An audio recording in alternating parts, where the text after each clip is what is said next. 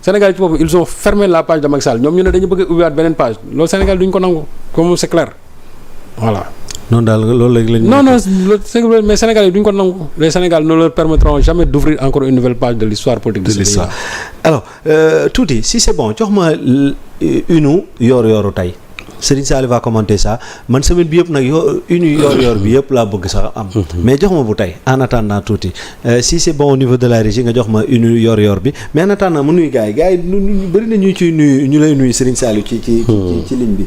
Ndeye Khady Diédhiou ñu ngi lay ziar bu baax a baax xaaral ma joxaat leen seen 30 secondes yi ngir ziar leen ma leen di wax ne leen ci kanam tuuti xam naa ne soxna laal dina ñëw moom ak Yargas yi donc Mame Daouda Thiaw maa ngi lay ziara. Forbache soo gis nee na Pape Gueye Ngisali Gueye Kati Cissé Alpha Bari Mansour Diakhaté Galsen Girl Power Viesa Badiane yéen ñëpp maa ngi leen nuyu Pape Ibrahima Faye depuis Allemagne ziar nañ la bu baax a baax man ak Serigne Saliou Gueye Ndeye Awa Sadio Daouda Sano Pape Blend TV Gadio Lamine tout le monde ñu ngi leen di nuyu bu baax a baax Mamadou Ndiaye Mamadou Mame Daouda Thiaw Pape Gueye yéen ñëpp ziar nañ leen cant ak ngërëm ñeel na leen en tout cas vous yéen ñi ñuy suivre ñëpp moo xam ngeen nekk ci réew mbaa ngeen nekk ci biti réew bi ñu ngi gis seen i message di leen jaajëfal bu baax a baax Touré Serigne Biboulaye yéen ñëpp ñu ngi leen di jaajëfal Cheikh Cissé tout le monde message yi moo xaw bëri Kémo salaam ñu ngi lay ziara Maturin Ndeki Dani Diatta Bara Diop bu Sonko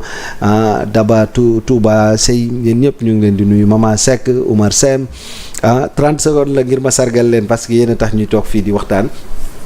Iba Diagne ziar naa la Souleymane Diop Lamine Cissé tout le monde Cheikh Cissé yéen ñu ngi leen di ziara partagé leen ñu continuer ba tey ji nii ak yéen tuuti si c'est bon avec une yor bi nga jox ma ko c'est Serigne Saliou waaw bi mooy yor nag ma leen di demander yéen ñëpp ñi abonné gul ñëpp dem leen ngeen jënd ji ko ci kiosque yi waaye surtout nag ñi abonné gul dem leen ngeen abonné donc am na ay numéro yoo xam bu ngeen demee ci yor ci page Facebook bi sax bu ngeen envoyé message gars yi dinañ leen tontu le plus rapidement possible ou bien site bi tamit en tout cas bi mooy journal bu baax bi di leen jox info yoo xam te ne nii kenn du ko rectifier benn yoon alors Serigne Saliou ma bàyyi la nga commenter ko.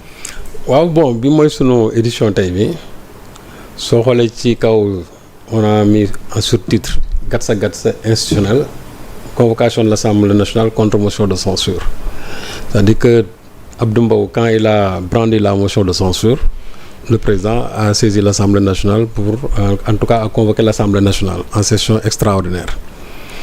Donc tey ñoom ci lañ nekk nii moo tax ma ne Sonko prononce la raison funèbre de l'Assemblée nationale parce que démb Sonko bi mu dajeek les agents de la primature ce qui est sûr et certain il a dit que à partir du 12 ñoom ils auront autre chose à faire plutôt que de s'agiter inutilement loolu boo amee benn dégg bi benn njàngat bi benn dégg-dégg bi di nga xam ne c'est-à-dire que on prononce vraiment la dissolution de l'Assemblée nationale c'est pourquoi j'ai dit que Sonko prononce l'oraison funèbre de l'Assemblée nationale c'est vrai que ñoom tey acte bi ñu posé mooy ñi ngi koy jëm bañ dans la mesure où ils ont violé l'article 97 du règlement intérieur de l'Assemblée nationale. dañu forcer DPG par force. waaw mais ce qui est sûr ils ont violé les dispositions du règlement intérieur. Mais loolu xam nga du jàll. Voilà mu ngoog parce que y a un délai minimum je crois de 8 jours. Donc loolu ñoom xam nañ ne donc c'est inutile c'est pas la peine vraiment di xataraayu gis nga lépp loo gis jibil toute chose a une fin ñoom seen existence politique je crois que ça doit être acté le 12. Donc à partir du 12 vraiment nañ bàyyi sénégalais yi ñun nekk ci leneen. Et puis qu'on puisse vraiment réfléchir sur une nouvelle étape. en tout cas de l'ère Diomaye moo gën a gatsa institutionnel bi neex na ma bi nga bind ci kaw. mais bi nga ne Sonko anéanti la yaakaar de Benno. waaw mais xam nga ñoom loolu lañu yaakaaroon. grand moo tax depuis le Benno Bokk Yaakaar seen yaakaar boobu daf Sonko daf ko tas. grand moo dégg de. waaw xam nga nee na Sonko anéanti la yaakaar de Benno. waaw. xam nga ñoom ci loolu lañ mooy woon pour essayer na dañuy humilier Sonko mais finalement aussi la république de Sonko a été quand même plus que percutante. Voilà moo tax ma ne moom Sonko tas na seen yaakaar te loolu nag fu nekk ñoom moom la ñuy jéem a bañ nii mais mënuñu ci dara. waaw c'est ça mënuñu dara dañuy xataraayu nii rek. mais pour man je crois que jeex na daal voilà. jeex na et puis vraiment que Djibi avec cette nouvelle assemblée bii ñëw. Qu'on puisse vraiment réfléchir sur le choix des députés. Et là, je pointe du doigt le phénomène de la parité. La parité boobu. C'est une bonne chose, c'est vrai. mais c'est une très mauvaise chose encore. Parce que toute la médiocrité bi nga xam ne aujourd'hui moo am c'est dans l'Assemblée nationale vraiment na ma jigéen ñi baal mais ça vient de cette parité-là. Parce que am na ci jigéen ñoo xamante ne nii moi je n'ai rien contre les femmes li may wax nag c'est aussi valable aussi vrai pour les hommes mais des femmes yi nga xam ne à l'Assemblée nationale elles ne sont là-bas que pour insulter des femmes à l'Assemblée nationale yu taxaw naan ay président bu am ay ñaari soxna et cetera. Mais ça veut dire que vraiment on n'est plus à l'Assemblée nationale. On a l'impression que même dans la rue sax am na yenn discussions yoo xam sax même ci mbedd sax war nga ko rusa mën a wax. nga dem ba penc ndaw réew mi nga xam ne ñëpp ngi toog di la seetaan nga fa yëkkati une discussion yi moo tax ma ne vraiment cette médiocrisation de l'Assemblée nationale il faut que ça cesse et loolu nag il faut revoir cette loi là sur la parité. Parce que lii lépp loi bi sur la parité moo koy indi man je ne suis pas contre une assemblée dominée exclusivement par des femmes mais des femmes de qualité. waxuñu indi fa ay jigéen yoo xamante ne nii quand même ay saaga rek lañ fay nekkee ou bien xuloo di xeex guddeeg bëccëg et loolu vraiment am na ci jigéen yoo xamante ni tey. xam ñi may wax xam nañ bu baax seen bopp.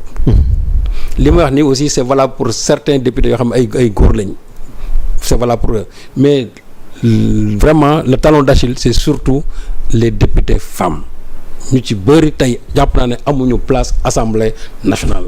donc assemblée nationale bii di ñëw ngir yàlla ñi nga xamante ne ñoom ñooy tabu jigéen ñi vraiment am nañu des femmes de qualité à l'assemblée nationale surtout. mais ce que l'on a vécu avec ces dames de l'APR surtout franchement jàppale leen ci rek. comme nga waxal ku mel ni kan.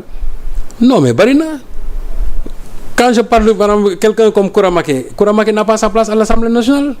Ami Ndiaye Gniby n'a pas sa place à l'Assemblée nationale. borom fiiri ni. waaw mais ñooñu ils n'ont pas leur place moi je n'ai rien contre ces dames je ne les connais même pas mais Djibi ñooñu lan la ñu indi en termes de plus-value à l'Assemblée nationale tagg Macky saaga opposition bi loolu mooy Assemblée nationale.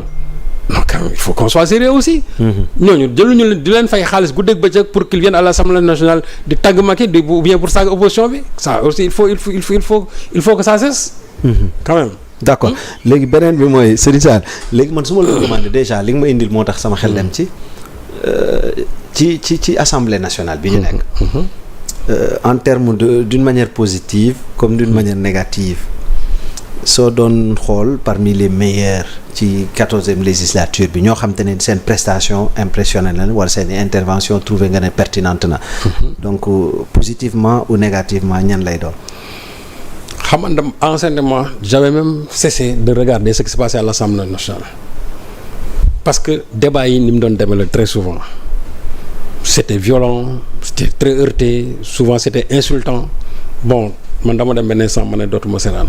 mais ñi nga xamante ne jàpp naa ne Assemblée nationale su fa ñëw au moins dinañ taxaw wax lu nit ñi mën dégg ba doon jël tey les députés du PASTEF c'est pas parce que moi j'ai des atomes crochés avec non.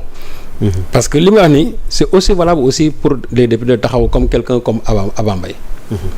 Quelqu'un comme Samba Dang à l'Assemblée nationale je l'apprécie quelqu'un comme Ismaïla Diallo quelqu'un comme comment dirais-je Guy Marius Sagna surtout Guy Marius Sagna tey je crois que buñ doon joxee tey vraiment prix bu meilleur député je crois que Guy moom kenn du ko romb parce que tout ce qu'un député mais Guy Marius Sagna voilà un député boo xam ne chaque jour systématiquement Guy est sur le terrain il va recueillir les doléances des populations rencontrer nit ñi te li nga xamante ne yëpp moom la ko nit ñi di solliciter Guy loolu lay jël sous forme de questions yóbbu ko à l'Assemblée nationale il a posé combien de questions orales à l'Assemblée nationale te gars yi mosuñu ci àddu combien de fois lay ñëw Assemblée nationale pour porter la voix du peuple combien de fois ngay gis Guy Marius Sagna taxaw à l'Assemblée nationale di wax loo xamante ni dafay jëm ci askan bi sa langue n'a jamais fourchi pourtant donc mais Guy Marius Sagna moi je crois que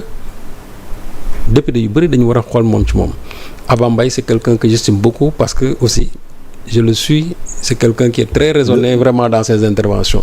Samba Dang j'ai dit. Le dernier venu tamit Amadou Ba. Oui Amadou Ba bien sûr Amadou Ba il a marqué de son empreinte l'Assemblée nationale et pourtant il n'a fait que quelques semaines. Il n'a fait quelques semaines moo tax man j'ai dit que Amadou Ba c'est quelqu'un que j'aimerais bien voir dans la nouvelle législature. Vraiment avec bien sûr un poste même beaucoup plus élevé. Oui. Voilà donc boo doon tey ñooñu boo leen doon jël maintenant du côté maintenant de la majorité y a un député de Rufisque là je crois c'était un proche de Mbaye Jacques Diop comment il s'appelle encore je crois. Vous parlez de qui? je crois Diouf la sant je me rappelle pas il était. le président fédération bu handball. Ouais. Ah Seydou Diouf. Seydou c'est quelqu'un de très bien. Seydou moom c'est quelqu'un de même s'il est de la majorité c'est quelqu'un de très bien parce que Seydou li muy wax tu sens que xam-xam lay wax. Voilà man genre député yooyu laa soxloon quelqu'un comme je crois aujourd'hui il n'est plus à l'Assemblée nationale comment il s'appelle encore Montero mooy tax may fàtte tur bi. kan ci. il était à l'Assemblée nationale bokkoon na ci coalition ñoom Thierno Bocoum. Théodore Monteil. Théodore aussi voilà des gens que j'aimerais voir à l'Assemblée nationale. waaw ñooñu moom même bu ñuy far feneen sax. oui même bu ñu waxee da ngay xam ne ñi maîtriser nañ seen même quelqu'un comme Thierno Bocoum j'aimerais bien le voir à l'Assemblée nationale parce que ñooñu au moins bu ñu taxee Assemblée nationale di nga xam bu baax ñi nga xam moom la ñuy wax ils ne sont pas dans les insultes ils ne sont pas dans les invectives mais ils sont ñoom toujours en tout cas dans des propos très rationnels. ñooñu en tout cas nañ def ni Guy Marius. lui il est très disponible. non c'est-à-dire quand on parle de député du peuple. waaw c'est ça waaw. et gars yi sax ñu ngi koy wax ci je ne vais pas oublier aussi mon ami vraiment. Cheikh Abdou Bara. waaw. ah oui Cheikh Abdou Bara xam nga souvent nit ñi jibi Cheikh Abdou Bara buñ koy juger. les gens ñoom le fait que il a des problèmes avec le français parce que jàngu ko.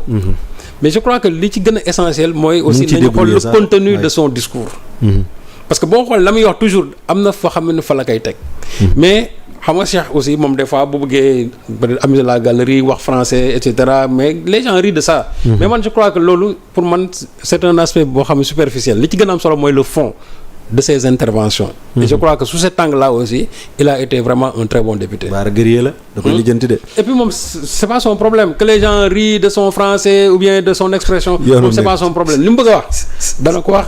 message bi mu bëgg a jàllale aussi dana ko jàllale. mais pour terminer sëñ Saliou. jël naa temps bi yëpp mais la gendarmerie chercherait-elle à protéger Major Kandji et la BNDE lii dama ko gis mu ñëw ñaari yoon ci sa